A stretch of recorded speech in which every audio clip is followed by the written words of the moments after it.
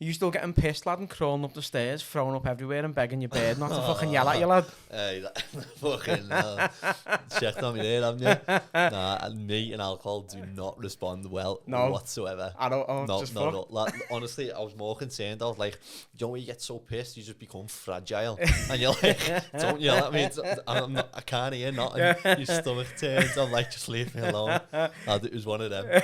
And every year, every time it's my birthday, like, I don't really get drunk that much, but when it's my birthday, my mates just turn savage as fuck, right? Really? And I'm sure they're convinced to try and kill me one day, right? It's only ever my birthday, and they'll put me in fucking states. Like every single year consistently, these are photo of me. Mate, these are photo every single year where I've had to collapse in a taxi, head down with a pizza by me. I've got one where I'm shirtless and I'm fucking, this is off me brother. My brother doesn't even help. And I'm stood there with a pint holding a piss to sleep. Oh, mate. They always have your kicks off. It's fucking funny. Do you know what? I haven't been out properly for a while and I don't want to because I know I drink in the house now. But I'll get into a fucking state like that, and I just don't fancy it at all. I'm the same. I don't drink, but when I drink, like it just gets messy. It's there for the title, innit? You drink to get drunk. Exactly. So, yeah. People who just go out and have a couple of little scoops and all that, you've got to get messy, haven't you? Right, so Connor, I know you've got Tourette syndrome, correct? I've read that there's sort of two types of tics. You've got motor tics, which include things like blinking, sniffing, shrugging, and then you've got your vocal tics, which is like grunting, clearing your throat. And then obviously that comes into sort of brackets. You've got is it simple and Complex as well. So Complex is more like when people say things that's on the mind and all that. What sort of syndrome have you got? I've got okay, so you got a few different types of Tourette's. Do you where say like people have got autism? Yeah. Well, with Tourette's, everyone assumes it's swearing. Yeah. And it gets a bit offensive when you think of it like that because like the whole BBC years ago done that whole documentary. It made it dev funny for the camera. I've never met a single person with Tourette's like that. No, not one. No, but that, again, as you said, the media sort of portray it as a certain thing, and then. Like, when I've spoke to some people and I was like, I've got a good lad coming on, he's got Tourette's, dead interest. And they're like, is he going to start, like, calling you a fat ginger prick and all that? And I was like, that's the first thing people go to, and it's not necessarily that. And no, you're right, it's how many people sort of have the syndrome? Like, obviously, you don't know everyone, but... like, there's a statistic on it, I don't want to say exactly, but I'm sure it's around 1 in 100 people have it. Oh, really? So it's quite common then? Yeah, it's very common, but a lot of people don't recognise it, so... You'll generally see a kid in school. It always happens when you're about 13, 14. It was for me. And he's always a kid who does like a blink. Yeah. You recognise him like Twitch or whatever you call him. Well, that's a level of... no way. I didn't even realise it was like that. Because I was going to say, sort of, when did you first notice it? So for me, I've got a story, mate. So I noticed it when I was... It started very early at first. I was like in like year 5, year 6. Yep. And I started grunting, doing that. Yeah. But I didn't have a throat problem, didn't have anything. I was sitting in class and I was like a little kid with your little legs crossed and that, and I was going, and everyone's looking at me going, can't I just have a drink? I'm like, I have. And they were like, stop doing it. And because no one knew what it was back then, really. It wasn't that big a few years ago. I just kept doing it. And I was like, something's fucking wrong. Like I haven't got a throat problem, but I feel like I've got to get something up. Yeah. And then it disappeared for a while, and I was in high school now, and there was a lad who used to twitch with his eyes. Yeah. And this is where my type of Tourette's comes in. Yeah. So you've got corporelia, if I'm saying it right. Yeah. That is basically someone where they'll repeat, so like they won't repeat, they'll say what they're thinking instantly. Now, every single person in the world, I don't care who you are, you have like a facial recognition thing. Yeah. So, say someone's of darker skin, you will recognise them as being darker skin. Yeah. Like his ginger, whatever. Yeah. With corporelia, it's like the filters have gone. So, you'll see it and just verbally, like... You'll say it. Yeah. But they're not actually thinking that. It's just a facial recognition thing. Yes, it's not... And that, because obviously you've seen some people who have Tourette's and they have that sort of Tourette's, and then they might say something that is classified as offensive or racial, and some people might see that as them being assholes, but it's not what's going through their mind, you know what I mean? As you said, it's just a recognition. That's interesting, that, isn't it? Mine's not that one. Yeah. Mine's called echoluia or something. I'm fucking probably it's something like that. So basically, mine's through sound. Okay. So if I hear a noise, I'm generally going to repeat it, and I don't pick up on everything. Yeah. Just things subconsciously I'll pick up on. So say like I remember this one's a funny one. So I got stuck. sounding like Marge Simpson. I was watching Simpsons one day, and Joey, she goes, like that. Lad, I was stuck doing that for 3 months. 3 months. Like, it's not even like a thing of the day. 3 months, I sounded like Marge Simpson. It was proper brutal. And it was everywhere, was it? You sound like even anything, and it's awkward because, like, you could be at, like, any situation ever. Yeah. Like, you'd be a funeral, and you go, it's not good. It's not good, lad.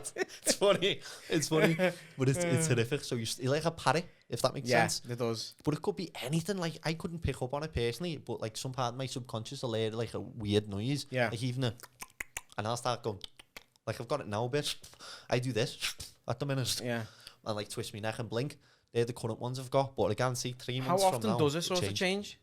It's unexpected. Is it? It will literally. I can't even tell you. What sort of forces the change then? Is it just subconscious, or it just picks up on something? And it obviously, if you hear a noise once, you might not pick up on it. You have to hear that noise sort of repetitively for your mind to pick up on it. It can be, but it's weird. So I got stuck saying bread once. Number 4 and bread were like triggers. So if I see bread in the shop, I go bread. Do you know what I mean? Like, I'll be like, I'll be like, you bastard, and people think you're swearing because Tourette's. No, I'm just fuming. Do you know what I mean? Bread. I'm stuck saying bread. Do you know what I mean? It has had some like heavy stories, funny though. So, you're officially diagnosed then? Yeah. When were you diagnosed? I was 18. 18? Yeah, so before then, they kept saying it was anxiety. Now I have got a bit of anxiety. But does anxiety and stress sort of worsen it and trigger it? Yeah, so depending on the situation, if like, I'm in an awkward place where I've got to be quiet. Yeah. My brain wants to fight that. My brain wants to go, do it now. But the thing is, it's even the average person, like when you're in a really silent sort of position, you just start giggling sometimes, don't you? Like your body always sort of goes, right, this is stay quiet and I've got to be behaved here and I fucking can't. Yeah. So for yourself, I imagine it's much worse. Like, oh yeah, because you get weird things. Like it's weird because it affects your brain. So like my wires in my brain are crossed differently to the average person in a sense of like obviously someone with autism has like gifts where they're really talented, like smart and stuff. Yeah. Well, Tourette has a different spectrum too, like that. So a lot of us have gifts in life. Generally, if we're good at isolating one thing, so if someone with Tourette plays a game, I guarantee they're going to be the best game player. Because you have different crossovers with like ADHD and OCD. Yeah. So with me, the only thing that escaped that was when I was training, when I was playing a game, when I was riding a motorbike, driving a car. Oh, okay. Doesn't do it then. It's like because I'm zoned in. Well, I'm not going to say it's the same sort of thing, but Gareth Gates, he struggled with his stutter, didn't he? Really bad. And he couldn't have a conversation. But as soon as he was singing, it all went away. And everyone was like, he's fucking lying. He's just doing it for like a story. But it's not. No, there's a lot of people who have sort of conditions where once they're doing something in isolation, it just blocks it out, doesn't it? 100%. It's the weirdest effect ever. It is. And like, if it's like alcohol, any substances, it'll, do you know what I mean? It can exacerbate it or make it better. And it's so varied. And the research... And it doesn't... There's no control on that. It's just whatever. If you're drinking, one day just goes, I'm going to go away, and one day goes, I'm fucking coming right out, I've had bad days, though, where like I've like really struggled with it. Yeah. Like I remember before my dad obviously knew it was Tourette's, because my dad had little twitches and just nothing ever got really thought of it. He didn't understand it at first, so it was hard to accept. Yeah. So I remember being in a shop one day, this is heavy, and some woman walked past, and I just went, and I was like, oh no. I was like, no, not now, why now? And my dad just looked at me and went, why'd you do that, Ed? And I was like, oh, don't help. Say something, say I've got Tourette. Don't just say, why'd you do that? Like, leave me own dad, no. So, you mentioned your half having like a little twitch and stuff. Yeah. Is it can it be genetic? Yeah. Or can it? Yeah. Oh, okay, that's interesting. It be passed down a little bit. See, like, my dad definitely has some variant of it. But he's never had, like, vocal tics. He used to just twist his neck all the time. And like that was, and shrug his shoulders a little bit. Like he was uncomfortable. That's what it looked like. Yeah. When I got it like fucking tenfold, man. Yeah. I was like, boom, it hit me like a ton of bricks. Yeah. And each year it got progressively worse with like aging, hormones and stuff. And I was like, oh no way. And I had a period in my life where it was awful. Really? It was really bad. So I couldn't tell you. I used to clap. So someone clapped, I go, and I'd be stuck doing that, and I couldn't stop. And my mates were good with me, to be fair. but they took the piss as well. As mates They're going to, as teenagers, like growing not up. Not as teenagers, my mate's still the same now. You know what I mean? I can't win with Sean. Yeah. And I remember doing a PE class, and I had a bottle of water in my hand, and I could see him in the distance, and he just went. And I was like, no. It's like slow-mo. I was like, no, don't do it. I don't. And he went, with this big chin, like cheesy grin, he went. And I went, and squeezed the bottle, blew it all across the room. It's like, oh, I'm going to kill you.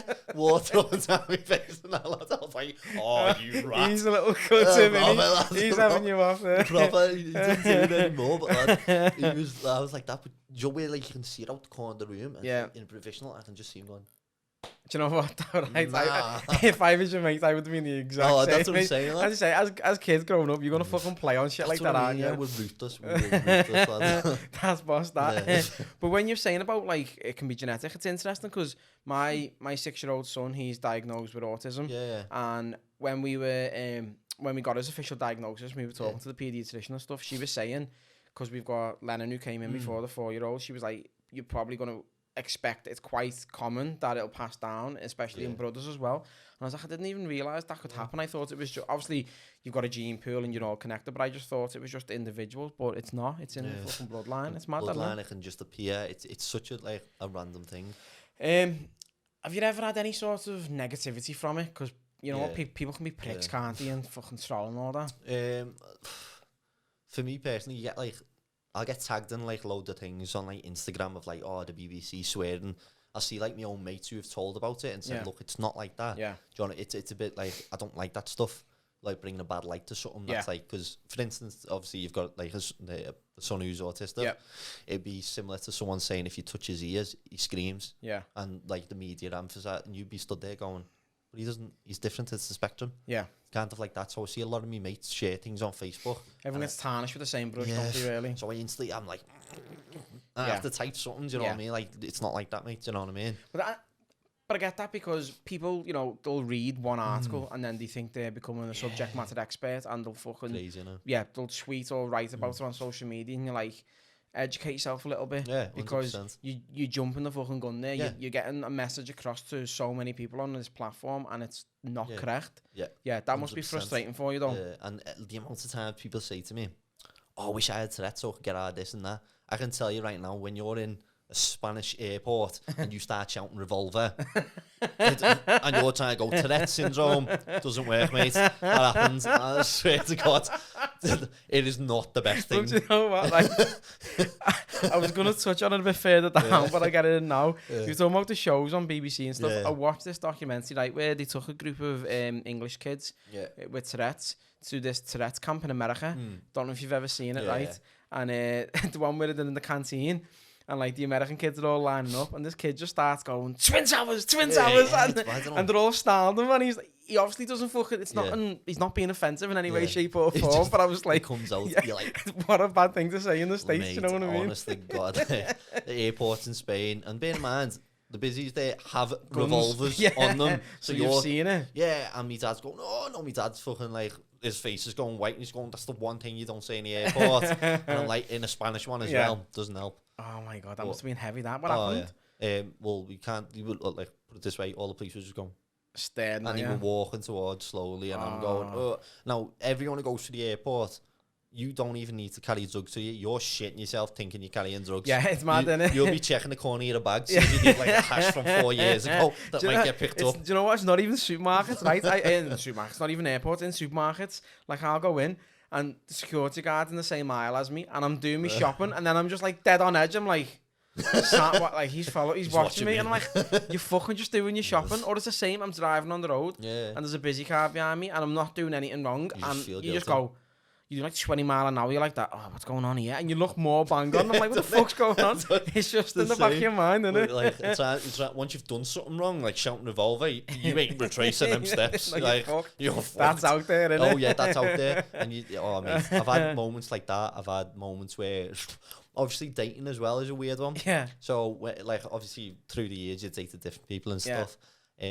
Like, I've had times where I used to get a bit defensive over it. Yeah. I've only ever, like, properly dated 3 people in my whole life. Okay. My whole life. Because you were only 3 that sort of took to it in a way that wasn't, like, offensive. Yeah. You know what I mean? So, and a lot of people can be judgmental. Yeah, I've kicked people out my car before now.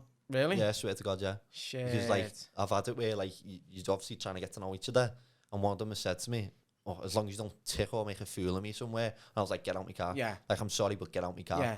And that's disrespectful, isn't it? Yeah, but that's the thing. They don't realise, because to them, Tourette's is a joke. They think you can control it as well. He has no control. No. Do you know what I mean? It's like, obviously, have you seen that podcast with Elon Musk? Yeah. Where he's talking about, you might want to be me, and everyone wants to be me, but I don't think you will when the lights don't go off. It keeps going. He's 100 miles an hour, isn't he? And he was like that from an early age, wasn't he? Yeah, that's what I mean. It all sounds good for a short time, but when you can't turn that switch off, 24/7. Yeah, just as you said, if for a moment in time you can deal with it, but once it consumes your lifestyle for forever, it's really tough, isn't it? It's like a spring in the chest. The only way I can explain it to someone who doesn't have it is it feels like you ever compress the spring, right? And as you push the spring, the harder it comes up. And obviously, I feel like I've got a spring in my chest 24/7. Yeah. So if I let out little ticks, it's just like little. If I hold them in, I'll hold it in, and it'll burst out, and that's where complex ticks come from. So you've got like short words, you might say, like for instance, bread. Yeah. Or if I hold it in, and I really hold it in, it's difficult, man. And I let them go, it'll just turn into one big like, oh, bread on toast. Yeah. You know what I mean? Yeah. And then you burst, and it's like a relief of like, you know, sneeze. Yeah. Once I've ticked, I feel like, like that. It's exactly like a sneeze. No way. Yeah, so I feel like I'm sneezing 24/7 every 3 seconds of the day. So do people deal with it differently? Do some people compress it and then try and... Yeah. I say try and control it where they let it out, but you can't control it, every 3 seconds, I feel this. I'm going to tick. Really? And it distracts you from anything you do. So when kids in school... The school like the way of school is like based in the 50s for like factory work. Yeah. They don't understand things where kids learn differently. Do you know what I mean? Yeah. Like that's the problem. So a kid who's got Tourette's, they always think the naughty kids, like kids with ADHD. Yeah. Not that being naughty, the kid can't focus on what the teacher's saying because he's so convinced, like he's so in like focused on this 3 second tick that's coming. So he's not paying attention because he's dealing with that. And the problem is once he bursts out, the teacher then goes, "Shh, what are you doing?" Yeah. And that's frustrating because as a child you're trying to learn emotions and everything, so trying to deal with that situation. What sort of support did you have throughout school with it? None at whatsoever, all. None. And in college I did though, because there was a woman called Debbie Stewart who taught me to be a PT. Okay. She was literally the best teacher I've ever had. Really? Because she understood it, and I'll always be grateful for that because she didn't like take it for what it was and take it as a joke. She really she understood and she'd repeat things, joke everything. I needed that time. Yeah. Never had that before. But how old are you now? 25. So 10 years ago you left school, 9 years ago. The thing is, like, times are changing quite quick. Oh yeah. But like in schools, even when I was in school, dyslexia, autism, there just wasn't enough about it. No. And today, like, my missus is a special needs teacher, and there's a lot more now, but it's still not the best. There's still not enough sort of awareness about it and, you know, stuff in place. So I think schools, obviously, as you said, if it's 1 in 100, it's fairly common then. Like, if you look at a high school, there's average attendance is like 1,000 people. Like, my high school had about 1,000 people, 1,100 people. Yeah, so Larry, it's more common than you think then. Exactly, do you know what I mean? If it's 1 in 100, there's 11 people in that school who are going to have Tourette's. I had a teacher years ago, and her name was Miss Mel, and she can fucking hear this as well. Right. And when I was in school, I remember she told everyone to put their hands up in the class. Yeah. And bear in mind, she's a psychology teacher. It tells you how scum she is. I'm sorry, but fucking rat, snake. And she told every kid in the class to put his hand up if he thinks he can do better.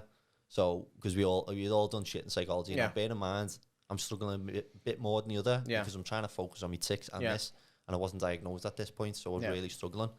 And she told every kid put his hand up in the class. There was like 30 kids. So she went past each kid and said, "You could have done better. You could have done better. You could have done better." She got to me at the very end, and I said, "Like, miss, like, I've still got my hand up. Like, do you know what I mean?" She went, "You couldn't have done better."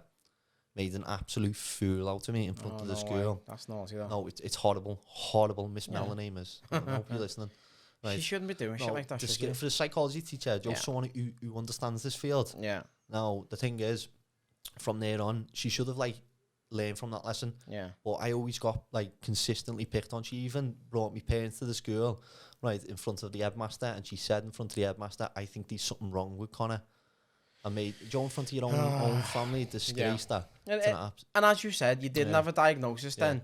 So she should have like realised though that I wasn't a naughty kid. I done nothing wrong, I just struggled. Yeah, and as you said, like, if she's a psychology teacher, she should read between the lines a little bit and then, you know, get your parents in and say, you know, I think there could be something wrong. What can we do to support? Exactly. That's it's just about you. It's how you approach it, yeah. And obviously someone who's got a master's in psychology, you'd assume. That's naughty, that is, yeah, it is, 100%.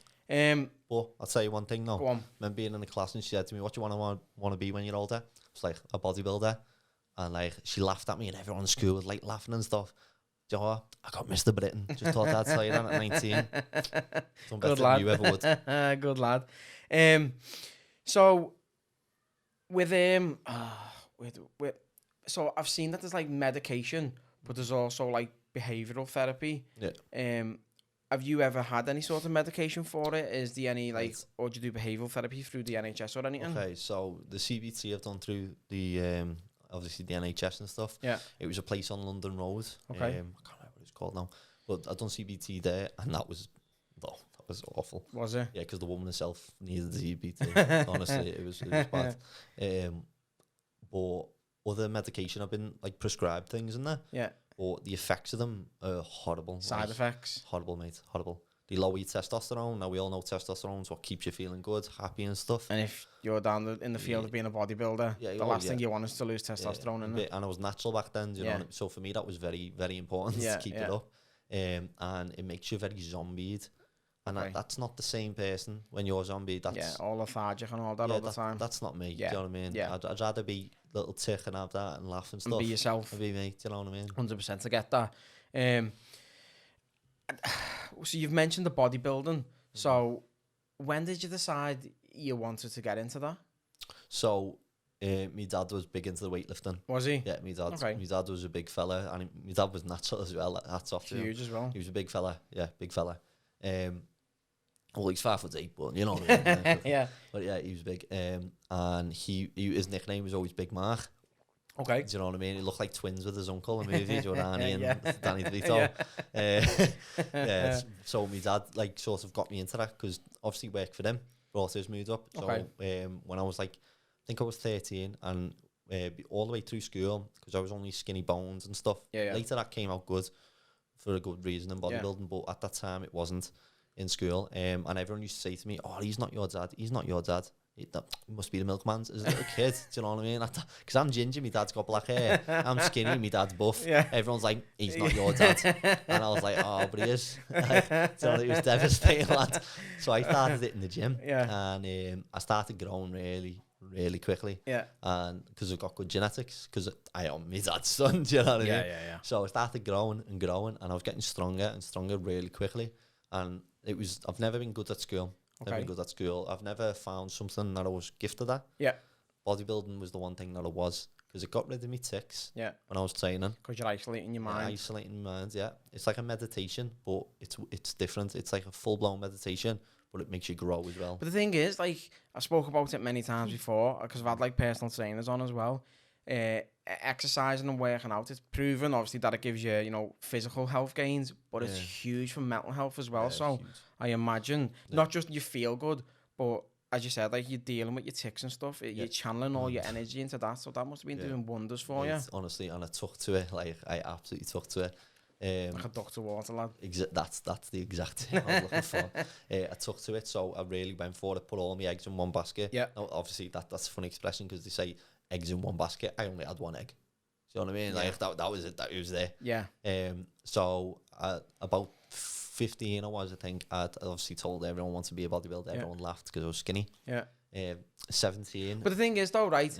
With bodybuilding, there's different weight classes, isn't there? Oh yeah. I'll get onto that. People say, "Oh, bodybuilding," and just expect some fucking massive unit. But like, that's unfair. Just to sort of look at it from that point of view, because everyone's genetics are different. Some people can't get them gains, but you can get to the peak of your fucking, you know what I mean?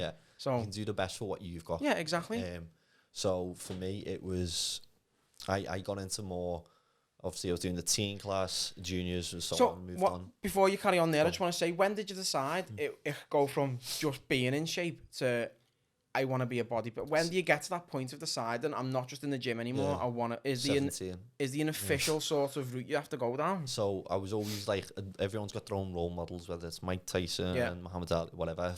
My role models were like bodybuilders like Arnie, because I grew up as a little kid. Like most kids were watching the Tweenies. I was watching Arnie run through a fucking forest with a gun because my dad. So obviously, like that was I was like, that's a man. That's what I want to be like. So 17, I was training. I was biggest kid in the school when I hit sixth form, and I grew really quick with it. Wow. So I said that all kids were going to, oh, why don't you compete? Why don't you compete? And I was like, Arnie, why not? Yeah, exactly. Let's do it. So I went into my first show, which was called the BNBF Northwest. Okay. I had my ass handed to me. Was you nervous going into that show? No, that was the problem. I was ready.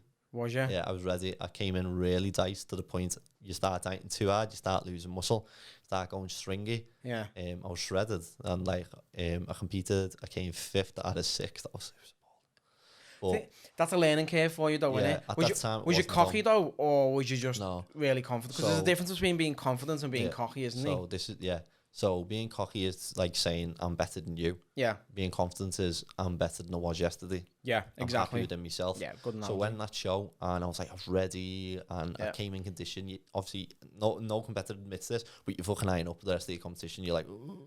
Well, that's what I was gonna say. Sort of when you get into the competition, is it very supportive? Is everyone like, oh, fucking hell, you look boss, lad? Is it like, lad, or is it very competitive and like people are snarling and everything? Each show is different. Is it? So. It depends on who you're competing with. Yeah. So I like to be backstage, and when I'm backstage, I do my own thing. I don't want to look like you still look. I don't care who you are. You're gonna look, but you want to focus on yourself. Yeah. I'm obviously eating my rice cakes, fucking fish and rat cake, one of them. I'm doing all that, jam rice cakes, getting myself ready, focusing on myself, repeating the routine in my head, in my head non-stop, headphones in. And then obviously you get on stage, but on a few shows I've been to, like you can have a laugh backstage with other competitors, and it's good vibes, you know what I mean? But then you can be backstage, and people do like little subliminal, like little digs, slightly, so these like an ego thing. Yeah. And they'll be like, oh yeah, don't worry, is this your first show? Is this you probably heard that, like your first boxing match? And they're the ones going up against you, and they're going first. I remember my first one. I've done it for years trying now. To get in your head a little bit and all that. Them to be one step ahead mentally, so they like kind of like look up to me because I'm above you. Yeah. And that's not all. That's only a small amount, but you still get it. Still no need for it though. No. But at the same time, like it's a competition, isn't it? Yeah, so 100%, you're there to win. Yeah. So not everyone can be Mr. Nice Guy. Yeah. But there's a way about going about it. I just stay away from them. Do what I've got to. And when I get on the stage, if someone shoves me, I'm guaranteed no one pushes in front of me on a bodybuilding stage. I've been told off about 4 times. Really? Yeah, because every time they want to put like their arm in. It's like fucking, what is it? Is it Miss Congeniality or something? They're all scrapping to get on stage. It couldn't be any more accurate than that. So I'm like, Sandra Bullock mode over there. I'm like, I want to show me left bicep. You move out my fucking way. Like, I'm showing mine. You're not showing yours. Kind of like that. But yeah, it's that's funny that. Yeah. The tan. I want to talk about the tan. Oh, the big gravy stains everywhere. What is it? Right. So. Again, every tan's different. You get some people who go on pasty as fuck, and you're like, yeah, shouldn't have done that, mate. Yeah, I'm ginger with a tan. I look like a fucking Jaffa cake, you know, when it goes on with these big white eyes, like, with a mister. But basically, for what I do is I'll put like a base tan on. Okay. And then at the show, they'll put another layer of tan on you. Okay. And stuff. So it's like a few coats of tan. Yeah. Or sometimes you can get a tan called Dream Tan, and it's like an oil based. Yeah. Now it looks horrible, and it comes out of this jar like nut butter, and it goes on like big cold, and it's disgusting. But it has better. So what is the point of it then? Is it just to make everything pop? So, it's more defined. What is it? So basically, say you've trained for years on end. Yeah. Years on end. Now the whole point of bodybuilding is like 3 main things. It's like muscularity, symmetry, and condition. They're the main 3. When you get on stage, them lights are so bright. Like obviously you light to your in-ear stuff. They're a lot brighter, and they heat lamps if you've ever been on stage now when you're obviously shirtless under them lights, if you're light skinned, you can't see your lines, your definition, because your light skin reflecting it. Yeah. So the point of the tan is obviously makes you look more defined. It's not that it makes you look more Yeah. It just allows you to see it under the lights. Okay. So you've probably seen it where people say, like, it's funny on this, if you go, like, a BBC, it's bigger. Yeah. Like, it's obviously because you can see the definition through it. That's it, yeah. Same with the muscle. Yeah. So anytime anything's darker, you'd always look bigger in bodybuilding. Do you know what I mean? Onto it. Darker the better, they say. But how hard is it to clean off? Is it like normal tan where it's got to fucking take a few days, or is it sort of it's on and off in a day? So you get under the obviously the fucking shower and that whole bath, and it looks like the Psycho, the movie, where it's going, you feel so replenished afterwards. You're like, I needed that, And then obviously you're left with like your base coat then, and it looks quite fucking nice. Do you know what I mean? Yeah, but still, you're ginger, lad. Yeah. You can't walk around with a tan. When you've got braids and you're shaved, and everyone's convinced that you're, mate, yeah, you get away with it sometimes. Just apart from when you got a white willy, do you know what I mean? Fucking little white. You've literally got the opposite of what you want. Because I'm ginger, and like I have to get a shower in the dark because I get fucking sunburned, you know what I mean? It's that shit. And I remember it was like 14, 15, the lads in school started going through a phase of like getting out on lunch to go to sunbeds. Yeah. And I was like, they were like, come in, lad. And I was like, I can't. And they go on. I was like, go on then. And I done like 2 minutes. And like all my freckles just joined them like a green colour, and I looked fucking weird, lad. And I was like, I can't deal with it. Do you know, I'd love to say you struggle, but I'm very lucky in that sense. I do tan as a ginger. You're ginger, but you haven't got ginger skin. Lucky my daughter's the same. My daughter's ginger, and like she goes proper dark, and I'm like, you little bastard. Like honestly, like I look at the fucking sun and I go pink. Like driving to work, one arm just goes red. Do you know what I mean? Because I'm by the window. Look like one of them rubbers in school. Oh, it's you're a fucking squashy. You know what I mean? Yeah. But she just fucking she colours so well, and I'm like, you little bastard. It's mad, isn't it? Mad. It is mad. So how many trophies have you won? I've got to think back now. So I've got the Mr. Liverpool 2nd place. Okay. Mr. Southport 3rd place. I've got the under 20s Mr. Britain. I've got the Barbarian Classic 2nd. I've got the Mr. Britain Open class. Okay. Not open, sorry, men's athletics. So that's where the weight categories come in. I've got 3rd and 2 seconds off that. Okay. And I've got a World Championship. Like obviously just I think it's like 10th place or something. That's the fucking it's an achievement though, because it's Wales, isn't it? But it's even better than that because. Have you got to go through any sort of qualifiers to get to Wales? Yeah. So this is where it gets this is why I know I'm good at it. Yeah.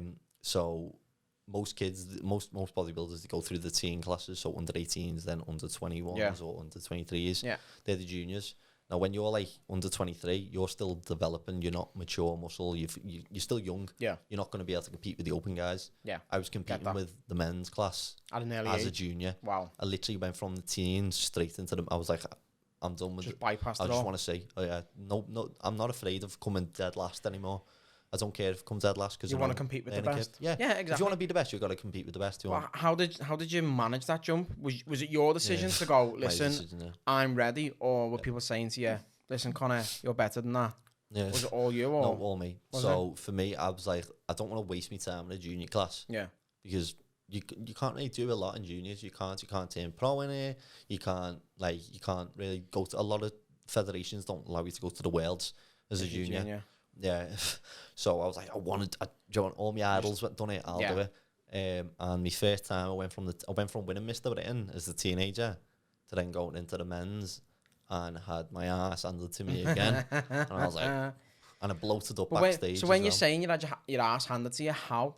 So I went on there, and obviously what you think you look like is never what you look like. Okay. So it doesn't matter if you could be really ripped and you'll still be looking for fat. Yeah. You'll be like, oh my God. And someone else, you'd be like, fuck off, do you know what I mean? Yeah. You're ripped. To you trying to always find little regions. For me, my difficulty in bodybuilding has always been my legs bloating up. My legs and glutes. So there's no definition, just bloat? So there's definition, but it's like it fills full of water last minute from stress. Because when cortisol shoots up, water retention happens. Yeah. And in bodybuilding, you want to be dry as possible. So when you're saying about being dry as possible, I've seen, because one of my birds, mates, a fella, competed for years, and he mentioned about bodybuilders drinking wine before competitions. Yeah. So wine naturally dehydrates you anyway, but it causes, is it the popping effect where it brings your veins to the surface? What is it? What's the story behind the wine? It increases your blood pressure a little bit. Oh, okay. So when you have a drink, if you ever seen it where people's face go bright red, that's like blood coming to the surface of the skin. Blood pressure, stuff like that. Thins your blood too. So when that way all the half like a whiskey nose, is it? When the fucking nose is just all nose, red. Yeah, I'm onto that. You get stuff like that, but through bodybuilding, I was natural up until I was 20. I was adamant I wasn't going to take steroids when I was under 20. Sorry, so you kept saying before about I was natural, my dad was not. Is that what it means then? So it's just all natural, and then no steroids, no nothing. So steroids not illegal in competing then? What's the sort of script? So it's a grey area. Is it? So you don't say you can't have them, but they don't say you do have them. A lot of federations are tested. Yeah. But I'll be honest with you, a lot of them federations are shit. Are they? Yeah, so it'll be a piss test. I'm not being funny, but you can just take oral steroids and pass a piss test. Yeah. Comes out your system like 4 weeks, some of them. Yeah. Do you know what I mean? Like, you're not going to lose all your muscle in 4 weeks. Yeah. Now, we all know this. So what they do is a polygraph test. Now, a polygraph test tells whether you're truth or lying. Yeah, I was going to say, the lie detector. Yeah, it's... do you know what I mean? You can't do a polygraph to see if someone's being Exactly. It's proper silly, mate. It's a joke. Have you taken steroids? Gives a minute, I'll just take this beta blocker. Do you know what I mean? Slow me out right. Or someone with Tourette like me going, nope. Yeah. Do you know, that'll come up. Yeah. Yeah. So it's just a bullshit test. That is bullshit. If you go into that, fair play, be natural. Do you know what I mean? Don't compete taking steroids and go into that, because then it is cheating. Do you know what I mean? Yeah.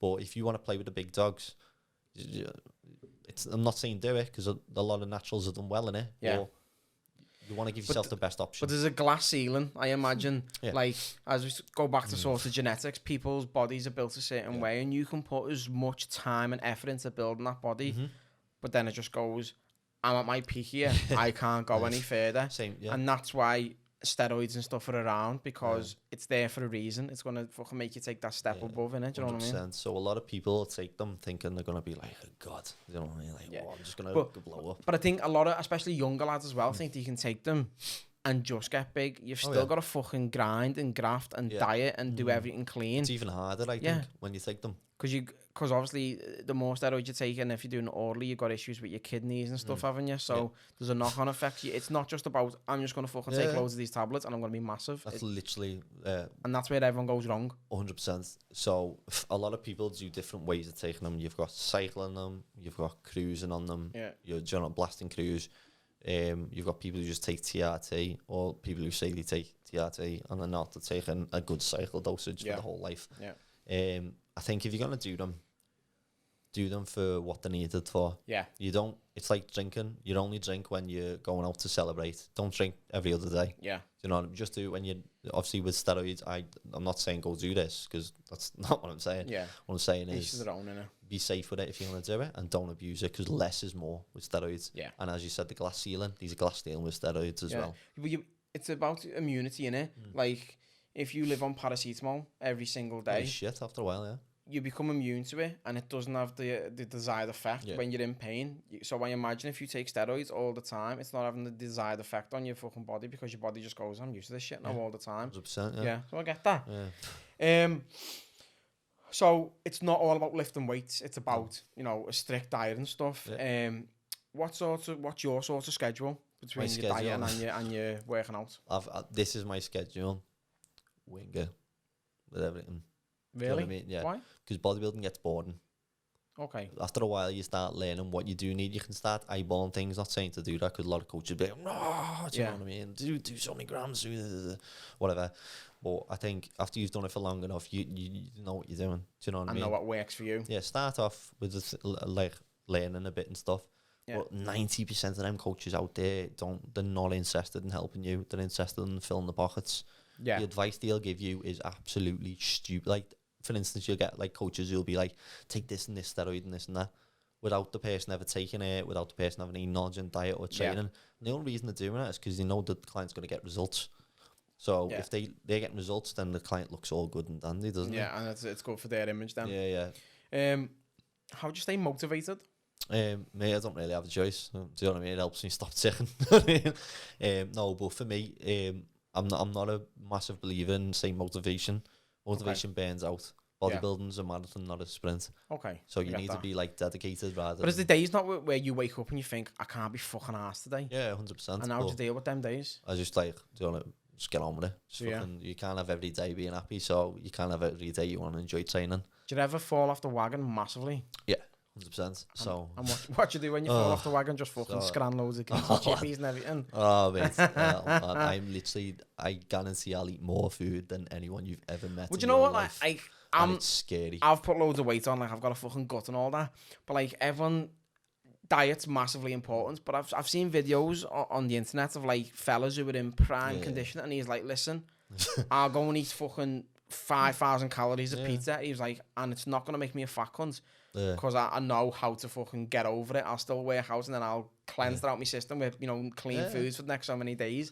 People are just scared of food. Food's fucking boss, lad. Mate, food's the best drug there is, isn't it? Do you know what I mean? Makes you happy. If you're sad, it'll make you happy. Do you know? People looking eat out of stress, do you know, to get rid of the stress. Yeah. It's the best drug there is food. Yeah, massively. Love a good fucking chippy tea, you know. Fucking chippy tits over here. Lad, I'm telling you. Your chips will be swell. Your tits will be swelling in a minute. Just don't even get me started. I've got one that's already swelled from fucking training and everything. But so, I know you've dabbled with modelling in the past. I have, yeah. I have. Here we go. I was looking through them before. Like some of them are bossy, getting your little undies and all that. Love it. So, what made you get into modelling? Was it because you were in fucking prime condition? You thought, I can get into that? Or again, was someone like pushing you into it? So, for me, it was the prime condition bit. Yeah. My brother was a model as well. Okay. I was always the ugly one growing up, so the ginger with the freckles and like the funny wonky eye and everything, like fucking hell, lazy eye on one side. And I thought, do you know what I mean? Like, what's the worst that can happen? A good photographer can always make you look good. Yeah. Do you know? No matter who you are, do you know? He's a photographer, and I'm a little fat mess, and he always takes boss pictures of me, and I fucking love them. Like, they're all over me. That's what I mean. A good photographer is key. But I done that, and then I met someone called Anthony ACB. I can't remember what his name is. Anthony Shear Bradley. That was it. Okay. And he was one of the photographers for bodybuilding. Okay. So he obviously said, "Do you want to do a couple of shoots? See how we get on?" Yeah. And his shoots weren't so much bodybuilding; they were the modelling style. Yes. And I thought, I've never done it before. I'll have a go. Yeah. Do you know what I mean? Try everything once. Do you know what I mean? Have a go with it. Exactly. And they came out all right. You know, not bad for a ginger. Lads, you know what I mean? Would you ever do one of them fucking red hot shoots for all the gingers? You've read up more, haven't you? Knew it. So I actually got, when that first came out, right, I got messaged by Red Hot 100, and he were like, "We want you to do a shoot with you." And I was like, fucking right, I want to be on a sexy ginger magazine, do you know what I mean? Like, who doesn't, you know what I mean? If you're a blonde girl, you want to be a Playboy, don't you? I was like, yeah, go ahead, let's do it. And then he was like, yeah, but you're right with full shots. And I was like, I'm a naked butler and that, but like, I don't really want to get my knob out. Do you know what I mean? Like, that's my knob. I'll wear me penny. Yeah, and he was like, yeah, no, that's what he's. And then 3 weeks later, do you want to do a shoot? I was like, yeah, do you want to get... No, you're not about to. I've got so many questions. He just wanted to see your knob, like, didn't he? I know, naked butler and everything, that's why. And I was like, nah mate, I'm alright, you know, thanks. And he went, oh, do you want to do fans only? This is when it first came out. And I was like, what is it? Looked into it. I was like, no mate, I'm alright, you know. So what's that? Well, every bird ever's nearly on fans only the way it's going. Yeah, sorry, OnlyFans, yeah. That's what I mean. They were like, "Do you want to do an OnlyFans?" That's what I mean. I was like, "Nah, mate, I'll pass you." It was all good in that, but like, do you know what I mean? That's not for me. You fucking should have, lad. I know, yeah, but like, how good would that been? Like, oh, granddad, let's go see some of your photos. You should have put all your tan on and just kept your white willy out. White willy, yeah, would have looked sick, wouldn't it? Glow in the dark and that. That's funny. That are you still modelling now? Not massively. I do little things here and there for like my clothing company. Well, I was just going to touch on. I was going to say, talking about modelling, you've now got your own clothing brand, haven't you? Yeah. Is it called? I'm going to try and get the pronunciation right. Paige Delicia, is it? Delicia. Yeah. So I said to her, it looks like I pronounced it multiple ways. I went on fucking Google and it was like saying it's from Latin and it was trying to fucking tell me how to pronounce it. Yeah. So is that where the name come from then? Yeah, so it means luxury in Latin. Yeah, and Paige is your surname, Paige, isn't it? Everyone calls me, like, my nickname Paige.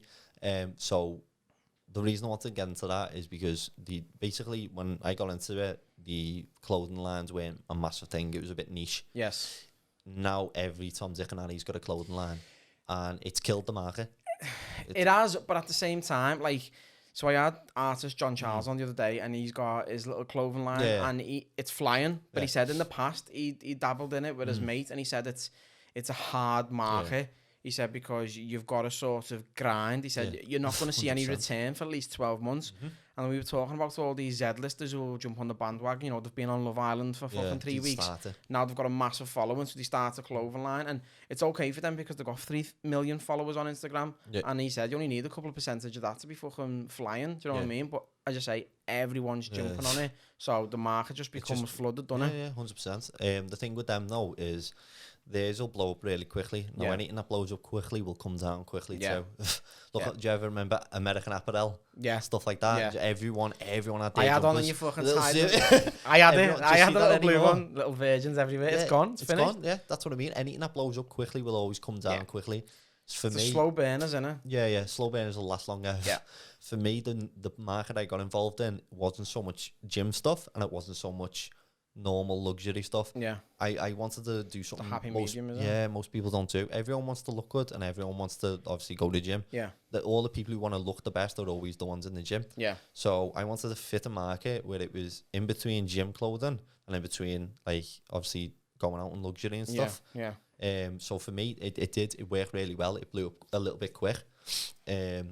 At first, it wasn't that to like.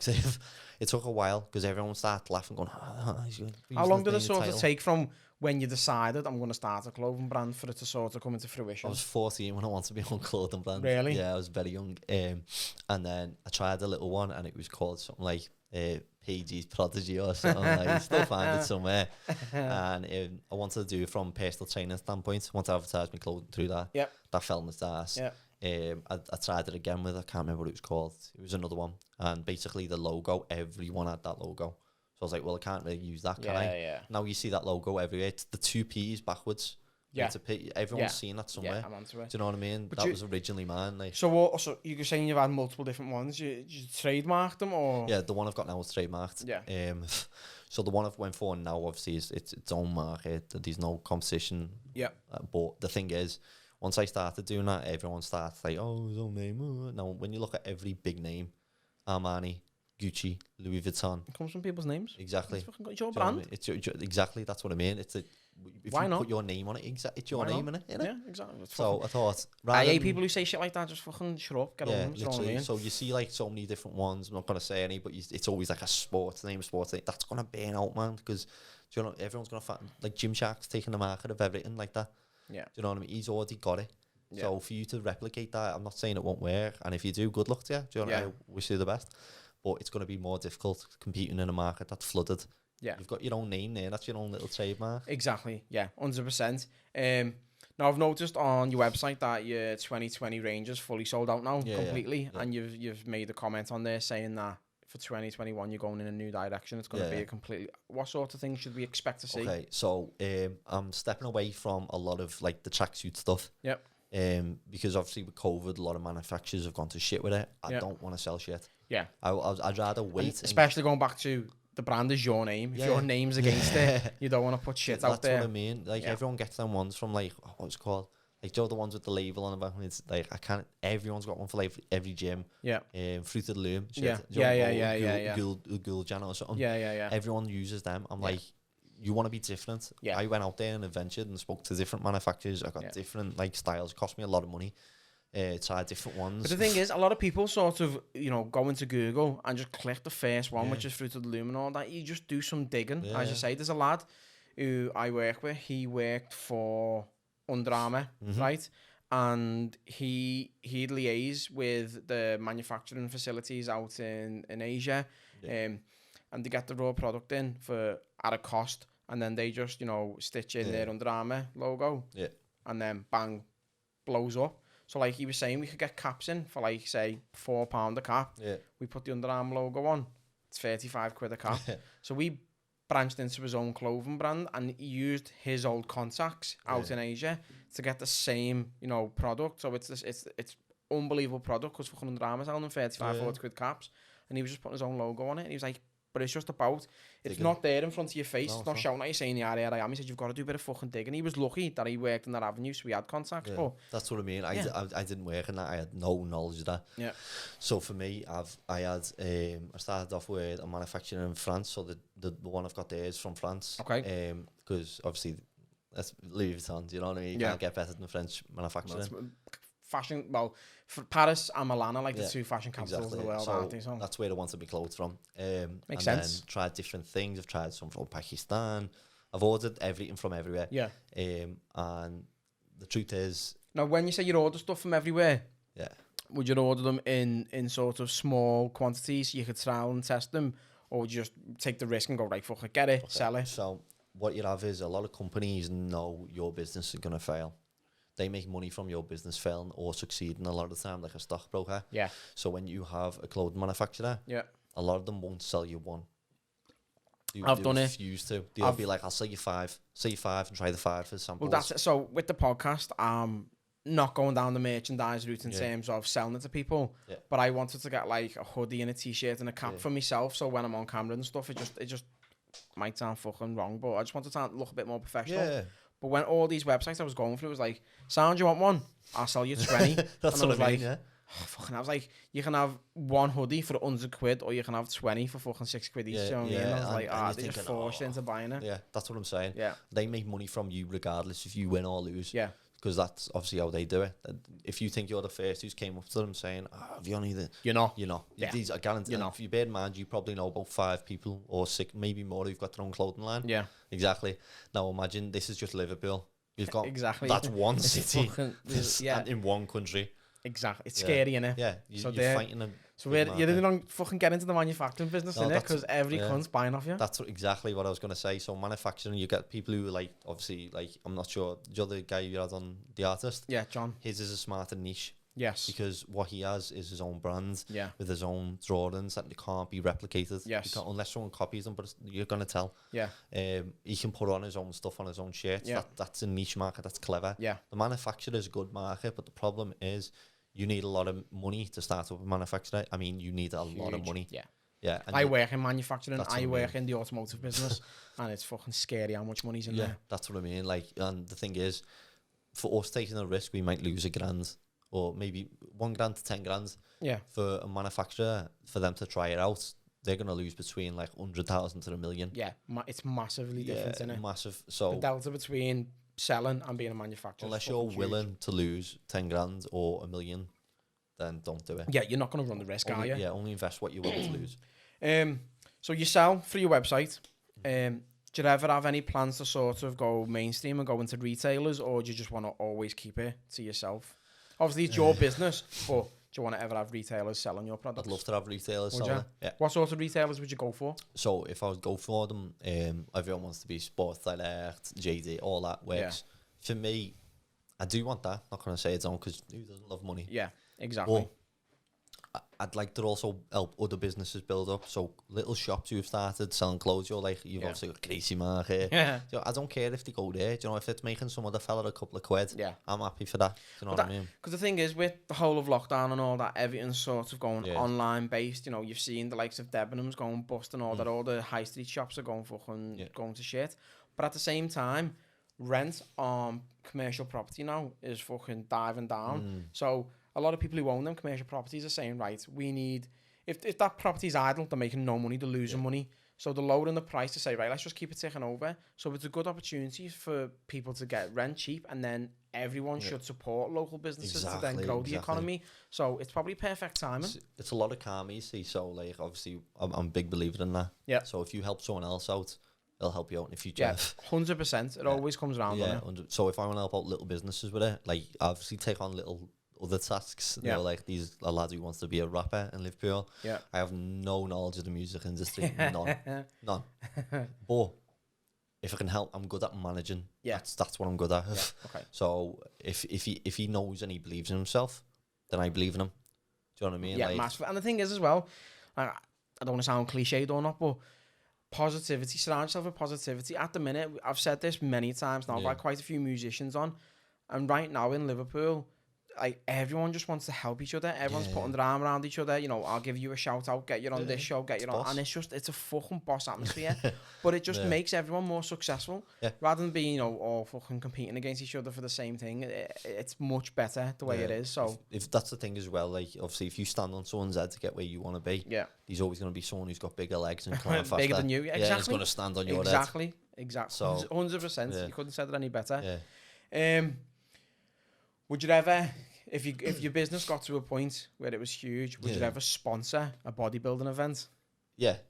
So I've had a couple of people who have helped me out with the business as well. So Craig, who you had on, I love Craig. Yeah, he's a boss line, Craig. Hysterical. Yeah, he's great. He's helped me out a lot with marketing. There's stuff nice on Craig. He's helped me out loads of marketing. He's been a big help. Couldn't thank him enough. He's a good lad as well, Craig. Yeah. So obviously in that aspect, like marketing, sponsoring, whatever I can do like that, it's great. I've had a few people who like I'd sponsor if like the boxing match that they were doing. But the problem is it's business at the end of the day. Yeah. So as much as I want to help a lot of people, it's got to be right for you as well. I'm just throwing money in my own money down a wishing well and hoping. You've got to get return on it. Yeah. That's at the end of the day. Yeah, it's longevity at the end of the day. Yeah. If you fucking waste all your money just throwing like stuff out and sponsorships out, and then you get nothing in return. Yeah.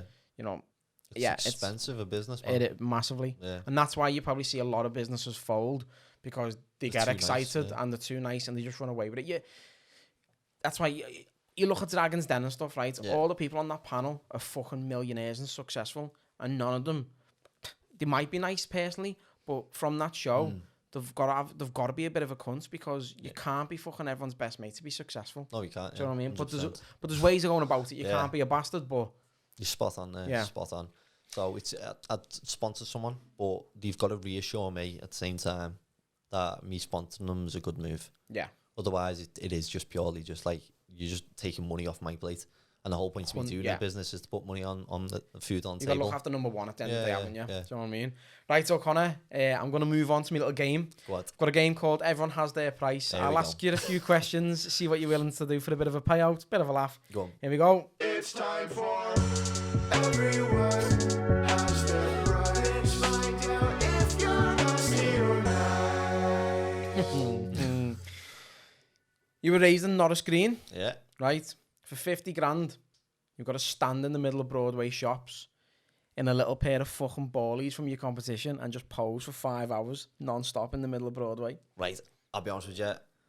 If you go there for long enough, I'm guaranteed you'll find someone there doing that for a couple of minutes. So you find a smackhead do it, so fuck it, 50 grand's all right now. 50 grand in your pocket. Little fucking baghead and surroundies out there. Right, what's the biggest bodybuilder competition in the world? Is it Mr. Olympia? Yeah, Mr. It Olympia. Is. You're competing there. You've been sponsored, right? Yeah. Your sponsor turns around to you and says, Connor, it's 500 grand on the table there. Yeah. But instead of using the tan, you've got to use a mixture of diarrhea, period blood, and jizz. Mate. Fuck me, I'd normally say in for the penny and for the pound. But like, do you know, no, my look, mate. Honestly, I walked out on stage one day at a big show called The Barbarian with my socks on. Like, I'm not even joking. You'll find the clip somewhere. And I'm walking out on stage with my socks on. And, like, mid-time, there was a fella called Luke Sando, like, pro bodybuilder, who's, like, a little English idol. Yeah. I walked out, I was like, oh my God, there's Luke. That looked cool. Walked out with my socks. Mint rocks on. Socks. And then I walked backstage seeing him, and he went, you know what, lad? I might come out with my socks as well. Oh, so I was like, oh. So 500 grand then, you doing it? No. It's horrible. Yeah. Oh, I can imagine the smell it. It knocked me. I don't want to be vomiting on mid-stage like Kevin and Perry. No. Oh, that's just knocked me sick. All right then. 75 grand on the table. Go on. You're at a competition again. How many people sort of compete at a time? It's different at every show. All right, average? Say like between 7, 8. All right, so there's 8 people on stage. When everyone's finished performing and they take the little undies off, you've got to sniff every pair of undies for fucking 60 seconds solid. 60 seconds. Each pair, 60 seconds, 75 grand. Like, How much again? 75 grand. Do you know what's the boss about this? I've got rhinitis, so can't smell properly anymore. Fuck it, let's go. Fuck it. 75 grand in your back pocket. Sound, you're flying. So we spoke about diets, right? Yeah. Eggs, a big part of your diet? Yeah, I hate them, but yeah. You hate them, yeah. All right then. You smell, after a while, right, they're nice. Every morning, a little bit of eggs. When you've done that for years and years, it turns from tasting like eggs to smelly jelly. So honestly, it's minging and it goes down not nice. So then, 350 grand, right? A lot of money. You've got to substitute all the eggs out of your diet for fermented eggs for 6 months. Can't even do normal eggs, lad. I've still got. Mate, when you see them on like I'm a Celebrity, they're doing like fucking fermented. It knocks me for 6. Imagine the smell, because as you said, normal eggs, when you have too many of them, that becomes a bit too. No, that's just made my stomach. Sound, well, you're 125 grand up anyway. You're fucking doing sound. Inject some money into your business, like get some decent standard clothing. So, Connor, what does the future hold for yourself? It could be based along the bodybuilding, the business, anything. You could want to fucking play musical instruments. What does it hold? For me, what I'd like to do is, I'd like to do my bodybuilding first of all. Yep. Clothing line's always on the side. That's always going to be there. Yep. I've got my naked butler industry as well, which does my boss. You know what I mean? I love doing that. Well, any room for any fat gingers? Do you know what? I'll take it on, lads. I'll take it on. Dad bod's the fucking new body. Yeah, no. Do you know, if there's always a market for it, you know what I mean? Everyone loves a chubby now and then. Listen, people into squashing and everything. I'm telling you. It's fucking market. But thing is, I think what I'd like to do is just take all my businesses that next level. Yeah. Take it step by step. Do you know what I mean? Yeah. Bodybuilding, I want to turn pro. I'm not going to sit here and say I'm not, because anyone who wants to. Don't say what you want, because you won't get it. Yeah. I want to turn pro. So, you get paid when you turn pro. What do you get paid now? Obviously, is the prize money and sponsors? How does it work? You can be amateur and earn money through it, but not through the competition itself. It's always through the sponsors. So even the pro athletes don't earn a lot of money when they win shows. Unless you're an open guy with the big monsters, they're the ones who earn the big paychecks when they compete, if they win. But there's no massive money in it. It's mostly your sponsors. So what's the benefit of turning pro? It's status. At the end of the day, you've done something that you dream about. Yeah, and you are now professional in the field. It's like I get that. Playing like Sunday five-a-side league versus playing in the Premier League. Yeah. If that's your dream, mate. You know what I mean? No, I get that, 100%. Any other plans? So like obviously want to promote Tourette's in a different light. I'd love everyone just to get a little bit more understanding about it. Would you ever sort of, now that you're building a profile, you know, you've got your bodybuilding, you've got your clothing line, and your profile is building and your network and meeting all different people, would you ever sort of start some form of movement or like, I don't know what the right word is. Like awareness. Yeah, like an awareness sort of course or something. Yeah, I'd love to do all that, but I think do you know what my end goal is, right? Go on. I'd love to be a motivational speaker. Would you? I'd love it, mate. I'd love it. Why not? That's what I mean. Obviously, with lockdown, it's a bit hard at the minute, but like I'm trying to get in contact with different companies and start it up. It's a new venture, but... Well, did you ever see, I didn't watch it too much, that show, I think it was on Channel 4, where it was in the school. Yeah. And there was a child in the school who really, really suffered with public speaking. He had a really bad stutter and all that. Yeah. And the teacher took him under his wing and helped him lots. And it was about 5 years ago that it was on the telly. And then I seen something a few weeks ago. The young kid in it is now a motivational speaker and fucking travels the world speaking. I'd love that. And he references back to the teacher helping him, and it's fucking unbelievable. So you should. It's amazing. Like the things you can do for people. Like someone said to me when I started, when I was doing bodybuilding, I was laughed at for doing it. Then I got really good at it. Now them same people are trying to hire me as a personal trainer to help them. Yeah. Do you know what I mean? I'm smashed it in that sense. Fucking do it. When it comes to other things, like, say, my business, when I first started, I remember having so many people who were taught with friends going, oh, these models are ugly, this and that. Do you know, just nasty little comments. Them same people are starting their own clothing brand because they see how well it went. There's always going to be haters. People are always going to be jealous and people are always going to say horrible things, but... you just got to focus on what you do. Do you want to copy as well? Yeah. That's like you were saying, I think, on the last podcast, like 80% of what you say is what you've heard from someone else or something like that. Yeah, and the thing is, right, there's a blueprint, so it's laziness as well. Yeah. So we all have hopes and dreams, and we all want to fucking be rich at the end of the day. So you can dream about things, but getting off your ass and doing it is different. So they'll watch you and they'll go, fucking hell, he's made this work here. I'm just going to do that, and they're just going to then copy your blueprints because it's a proven blueprint. They do, yeah. And that's all people try and do. That's all they started loads of times. Yeah. But I think as well is that they never work when you copy. Yeah. Never works. No. It's already been done. Yeah. You know, start your own. It's got to be different. You've got to find. I say niche because obviously a niche market, it's you know, bespoke, but you've got to find your little fucking way into it rather than just copying someone else, because you're never going to succeed to the standard of the person who already fucking runs that market. Do you know what I mean? Exactly. Right, Connor, it was an absolute pleasure, lad. Look after yourself in a bit, lad. Yeah, man, see you in a bit, Chief. Alright everyone, today's episode is brought to you by Mogwai-CBD, leaders in organic CBD. All my listeners can now get 10% off all CBD products at www.mogwai-cbd.com. That's MOGWAI-CBD.com. Alternatively, you can go across to the Instagram page, Mogwai_CBD, and just follow the link there to the website. Now, if you use discount code NOWTHEN10, that's NOWTHEN10, NOWTHEN10, you can get 10% off all products there.